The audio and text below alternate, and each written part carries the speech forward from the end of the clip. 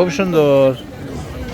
টকটকে রক্ত লালের মতো আমরা নাচ দেখলাম। সেই কারণে প্রিন্সলিতে এখন অনেক নতুন মুখ দেখা যাচ্ছে, যারা নতুন বাড়ি কিনে এসেছেন কিংবা নতুন প্রতিবেশী হয়ে ভাড়া নিয়ে এসেছেন, তাতে করে আমাদের পরিবারটা বড় হয়েছে, কিন্তু সবার